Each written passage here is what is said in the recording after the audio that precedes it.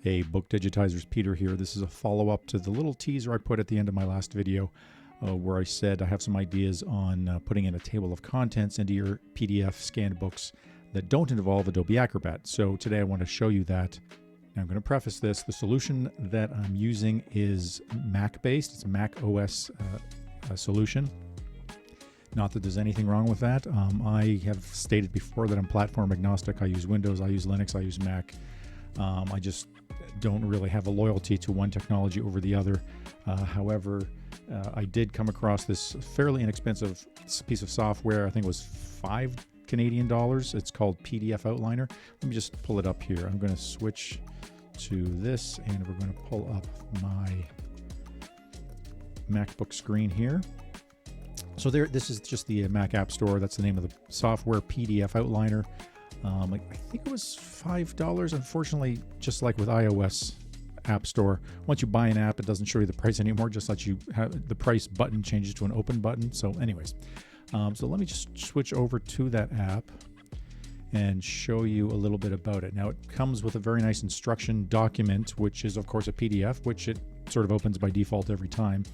And that document even includes instructions on how to open up a table of contents in various applications like the PDF viewer on iPhone or the preview in macOS, just in case you didn't know how to do that. Okay, but now let's get to using this software. So I'm going to switch to this other document. I have opened up a scanned book document in this software.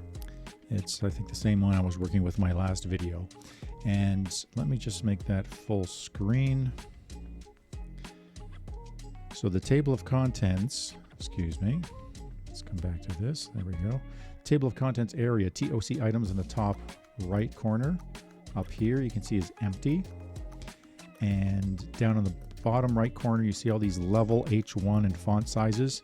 We'll come back to that in a second. There's sort of three different ways that you can use the software to make a table of contents. Two of them are kind of automated, but they really depend on you having a consistently clean document where you were very consistent on your font choices for your headings.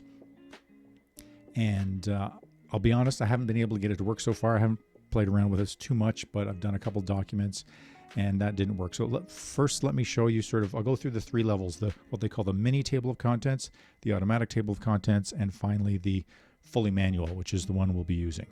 So if I was to right now just click on, go to, let's see, if I think what I have to do is go to a page with the type of text that's going to be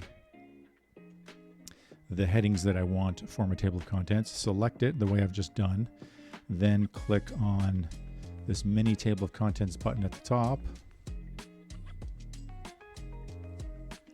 Hang on one sec, let's try that again.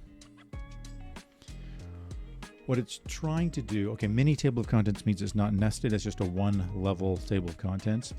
And you'll see it did a whole bunch of things on the right here. None of it's really correct. Again, because this document really isn't a good example of a document that you would use to make this mini table of contents, use this mini table of contents function.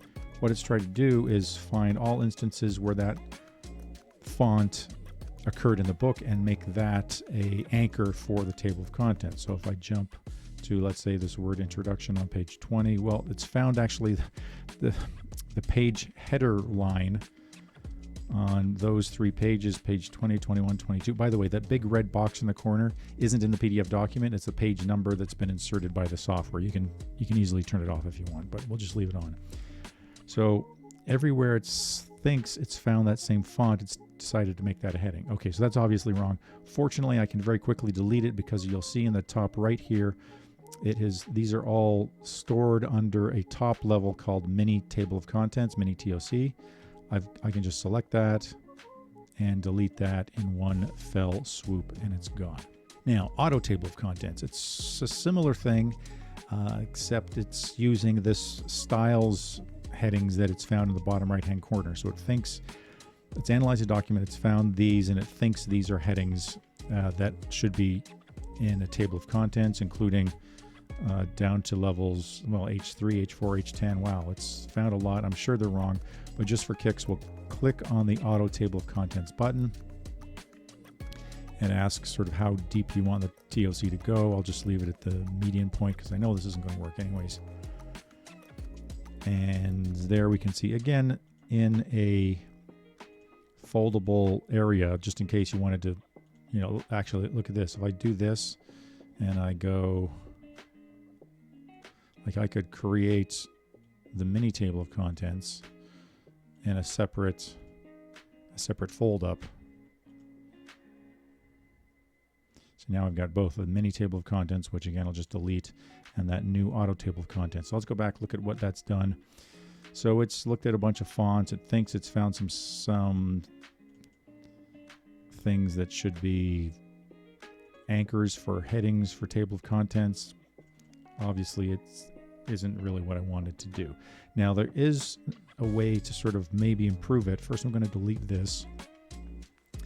These styles, I can sort of fix that. So I'm going to get rid of them all by hitting Command 0. They're gone. And what you can do is go to,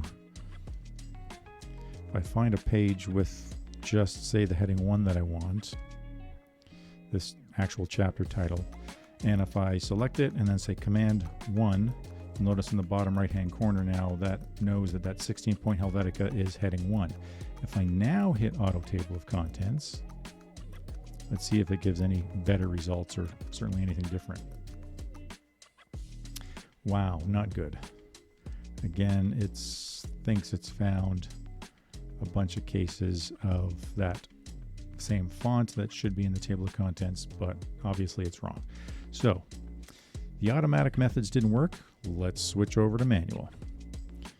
So to do that, I'm going to go to the cover of the book, and you can go outline.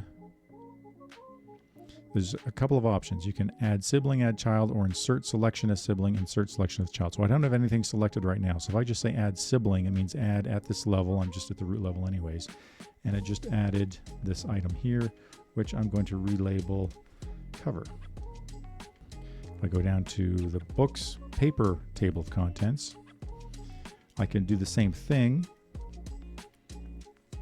Outline, add sibling, which shortcut is Command Return, or insert selection as sibling. So I'm going to show you that because I'm going to use that a lot, or the shortcut for it for Command T, insert selection as sibling. So let's select this, and I go Command T, and it automatically fills it in. So this is not going to take very long at all. I just have to scroll through the book, find those headings, select them, hit Command T, and continue. There's the next one. Select it, Command T. So you get the idea. I've just got to, this will take me maybe a minute and a half to scroll through the chapters, select them, Command T.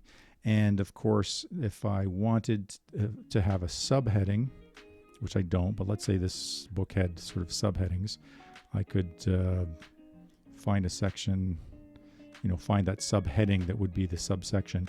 Instead of Command T, I'd hit Command Shift T, and it inserts it as a child rather than a sibling level. Let me just undo that because I don't really need it. The other really neat thing you can do is, let's say you don't like the fact that these are all in this case, uppercase, and I want it to say mixed case. I can go Outline, Select All, or Command Shift A. They're all selected, and now I can go Outline, Rename, Change Case, change to Title Case. Wow, nice. Automatically changing case. Now, I'm not sure why introduction is spelled wrong, probably because the OCR failed, and that's just the text that was picked up when I did the selection. Anyways, you get the idea. I won't bother showing you the rest of adding the table of contents. When you're done, you just have to hit save, of course, file save, and when you do that, your PDF will now have the table of contents that you built, and you're all set. So that's my non-Adobe Acrobat way to add table of contents to any PDF document, including your digitized books. But what about metadata? I've got an idea for that, and that'll be in the next video.